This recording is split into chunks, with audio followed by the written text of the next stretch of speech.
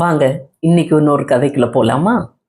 இங்க ஒரு திருடனும் ஒரு சன்னியாசியும் ரெண்டு பேருமே நண்பர்கள். ரெண்டு பேருமே நடந்து போயிட்டே இருந்தாங்களாம்.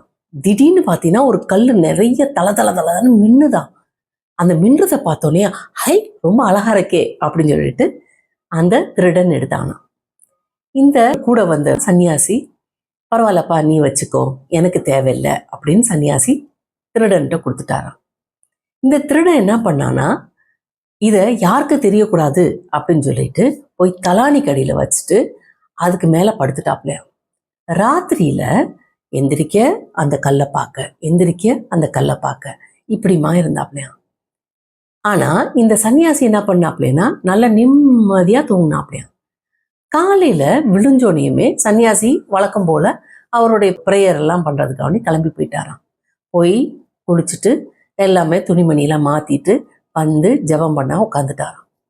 ஆனா இந்த திருடன் என்ன பண்ணானா வெளியில போகணுன்னே திருப்பி வந்து இந்த தலானியை திறந்து பார்க்க இப்படிமா இருந்தானா.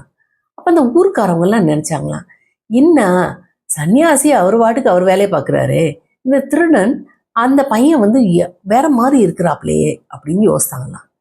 அப்புறமேட்டுக்கு தான் தெரிய வந்துதான் அங்க வந்து தகதகன் மின்னுன கல்லு வைரமா.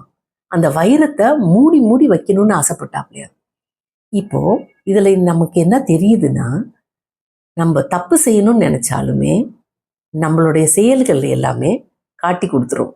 அதனால எப்பயுமே நம்ம நல்லதே நினைச்சு நல்லதே செய்யணும்.